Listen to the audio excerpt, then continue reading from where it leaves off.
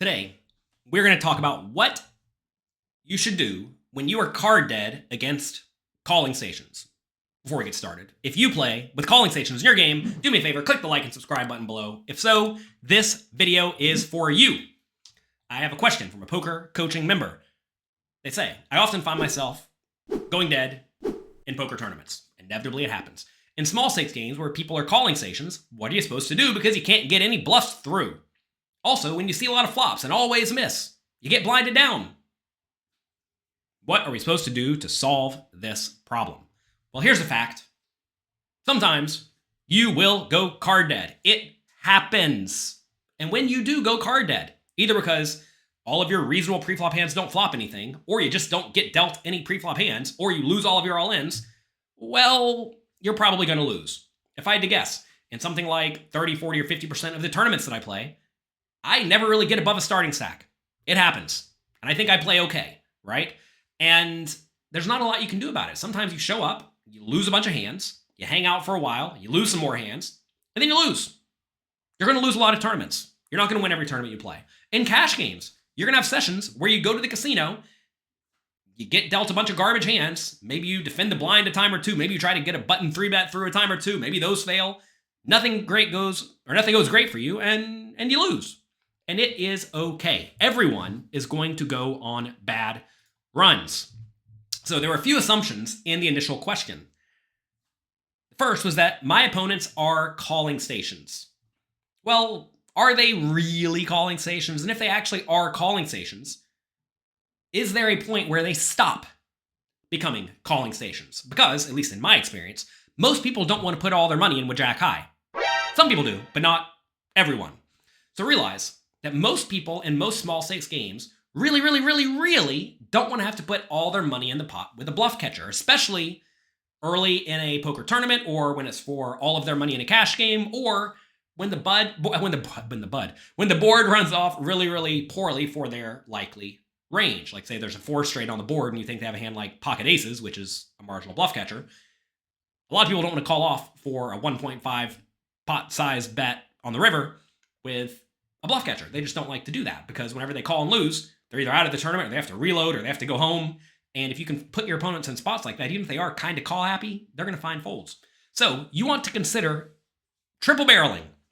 Give it a try using a large size, especially when the board is scary for your opponent's likely range, and especially when you have relevant blockers to whatever the nuts are.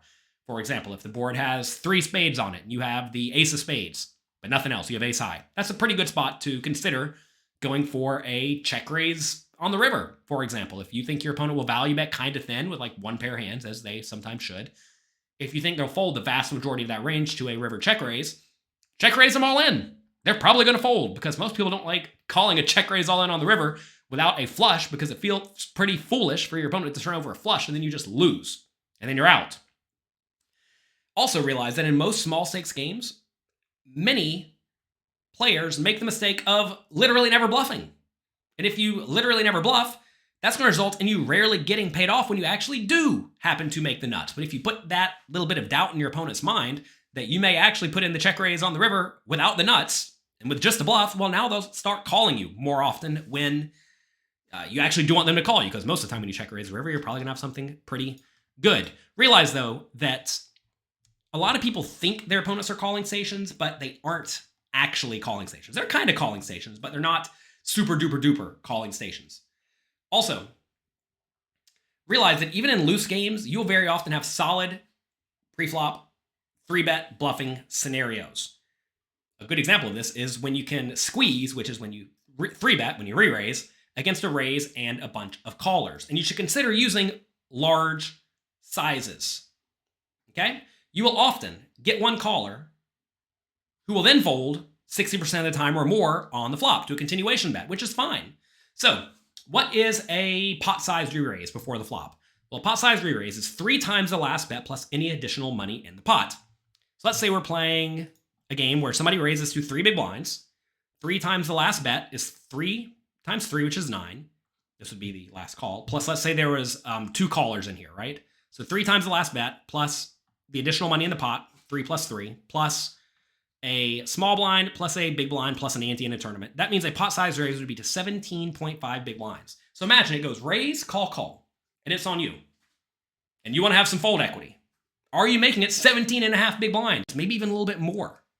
Most people don't. They raise to like 12 big blinds here. Then everybody calls. And yeah, people are not going to fold when you give them good odds, right? So you want to make sure you're not giving your opponent great odds by going far too small. Some players make the blunder of always raising to 3 big blinds before the flop, assuming someone hasn't raised before them. But if it goes limp, limp, limp, limp, limp, and it's on you and you make it 3 big blinds, well, obviously they're all going to call you. They're not calling stations. You're just giving them great odds and they're playing well enough, right? You have to put your opponents in spots where they feel pressure if you actually want to have fold equity. There's another assumption here, and that is that getting short stacked is bad. And it is bad. You'd rather not be short. But realize that all you need is a chip and a chair, right? So while having a chip lead or a large stack is nice, if you know how to play short stacked well, and your opponents are all kind of deep stacked, let's say early in a tournament you start with 100 big blinds, you're down to 25 and everybody else still has 100, that's actually fine because they have to play a 100 big blind strategy against each other, which means they're going to be overvaluing hands like suited connectors, junky suited hands, maybe small pairs, etc. And you will not be playing those hands because you realize that those hands are not especially good with that stack depth, right? With your 25 big blind stack depth. So they're playing a deep stack strategy, or at least deep stacked pre-flop starting hands, whereas you get to play the proper starting hands for your effective stack, which will very rarely be the effective stack for the 100 big blind players unless you're involved. So this is a very, very, very, very good spot for you. Also, consider what happens when you have the shortest stack of, let's say, 1 big blind, and everybody else has 100. Well, quite often, someone's going to raise. You're going to put in your 1 big blind. Other players may call or fold, but then by the river, usually, everybody's going to fold out except for one player. So now you're taking your random hand against one player, except for you're getting amazing odds. If you're playing in a tournament, realize you're putting in 1 big blind to try to win the small blind, big blind, and ante, plus the 1 big blind from initial raiser. So realize you're putting in 1 to try to win, what? 1, 2, 3.5, 4.5 total. So you only need, what? 22.5% equity. Every hand has 22.5% equity, right? And then if there are callers in there as well, then you need almost no equity, right? It's not hard to have almost no equity. Now, obviously, you don't want to get down to 1 big blind, but when you do see some of the best players in the world making these bets and leaving themselves 1 big blind, it's because they realize in this scenario, having a 1 big blind stack when everybody else has a lot is actually an extremely profitable scenario for you, even though it is only 1 big blind, right? So understand that. Also, whenever you have something like 12 to 30 or so big blinds, you have a lot of great situations where you can shove over players' raises, especially if they're, again, all playing kind of deep stack, because they're going to be raising a lot of hands that cannot reasonably defend against an all-in.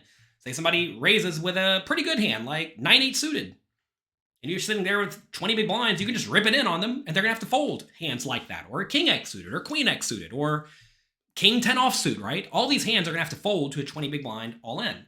So especially against players who raise a little bit too wide pre-flop, you can crush them by shoving very, very wide. I actually talked about this in my first tournament book from a long time ago, about how the all-in shove over raises that are coming from ranges that are too wide is highly profitable because they are simply not defending anywhere near often enough. And that lets you win lots of small pots and consistently chip up. So getting short is actually not all that bad, especially when everybody else is playing substantially deeper stacked. Also, one more fact. Understand that you are going to bust most poker tournaments. It is okay. Accept it and be happy. Like I said, I probably lose 30% of the tournaments without winning many hands at all. It's not fun to fly across the country, play 3 tournaments, not win any hands, get on a plane, and fly back home. But it is part of the game. And realize you're going to hit those 30% of tournaments many, many times in a row throughout your career. I've had some really bad runs and some really great runs. It happens. So you want to make sure that you study away from the table a lot, and you'll be able to better identify the times where you simply were going to lose. Some players get it in their heads that if they played as if they knew their opponent's cards in every spot, which, hate to break it to you, most of us don't, that they could somehow magically not go broke in setup spots. Being scenarios where you have, let's say, pocket aces and the board comes 9-4-2 and you're playing 30 big blinds deep. Hate to break it to you, you're going broke. If you're not going broke there, you're probably playing really poorly, right? So there's spots where two players make hands and they run their stacks into each other and one of them wins and one of them loses. There's spots where, let's say you have ace king and you raise and someone shoves and you obviously call and you lose the flip and you're out. It happens, right?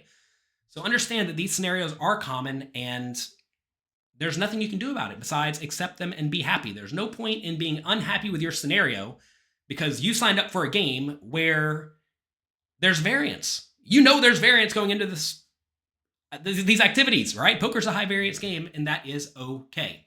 So anyway, going back to what we said earlier, figure out spots where your opponents can actually fold to aggression, because a lot of players are calling stations when they're getting good odds, which is the time where they should be calling stations. They're also calling stations perhaps on the flop and maybe even on the turn because they want to see if they make something by the river. And then on the river, if you put in a lot of pressure, those are times where those players are usually going to fold. And also look for spots where when you do get short, that you can really push your opponents around by ripping your stack in. You know, the nice thing about ripping your stack in is that even when you do get called, sometimes you win. But then you get a hold of some chips and then you can continue playing.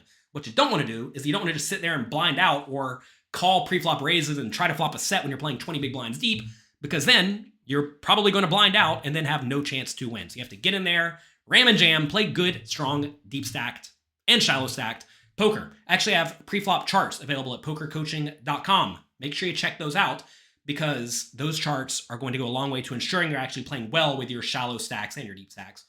But a lot of people play shallow stack poker really, really poorly, and that results in them having little to no equity when they actually do get short stacked, which will inevitably happen. That's going to be it for today. Hope you enjoyed this video. If you did, click the like and subscribe button down below. I would appreciate it. If you have a friend who needs help with this problem where, they play against calling stations and they lose, but whenever they go card dead, show them this video. It might help them out. Good luck in your games. Have fun. Thank you for being here, and I'll talk to you next time.